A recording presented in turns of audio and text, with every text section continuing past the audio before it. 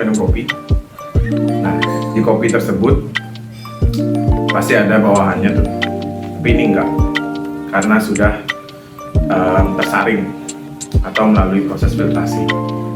Jadi apa sih itu filtrasi sebenarnya? Filtrasi adalah penyaringan suatu zat padat dan zat cair yang sudah tercampur. Nah, filtrasi tersebut menggunakan sebuah media berpori atau media yang memiliki lubang-lubang kecil di setiap sisinya atau di setiap sudutnya, sehingga cairan yang telah tercampur dengan zat padat tersebut bisa tercaring dan mendapatkan hasil yang memuaskan seperti kopi ini. Penyaringan atau filtrasi sering kita temukan pada kehidupan sehari-hari. Contohnya yaitu yang pertama ada pada penyaringan kopi, yaitu digunakan untuk menyaring kopi dari ampasnya. Yang kedua yaitu penyaringan air akuarium ikan. Penyaringan ini bertujuan untuk menjernihkan air akuarium dari kotoran ikan dan kotoran lainnya yang masuk pada akuarium.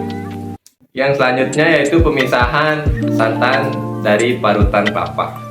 Pada video kali ini, kami akan menunjukkan bagaimana proses filtrasi pada pembuatan santan.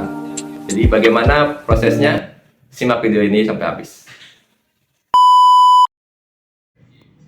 Nah, teman-teman, di sini saya akan menjelaskan bagaimana cara membuat santan dengan menggunakan sistem filtrasi. Nah, yang kita butuhkan adalah kelapa parut, air, wadah untuk tempat santan, dan juga kain. Ya, kita siapkan dulu bahan-bahannya, teman-teman.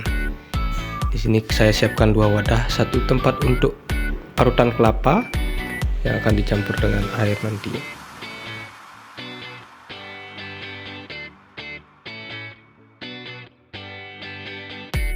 Ya, kita campurkan airnya dengan parutan kelapa.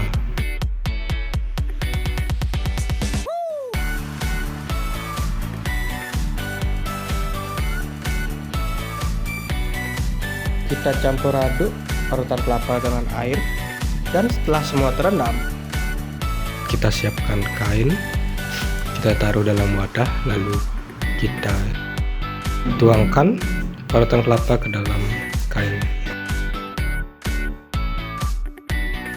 Nah, kita tumbuk. Sekarang kita peras kainnya, lalu keluarlah yang disebut dengan air santan.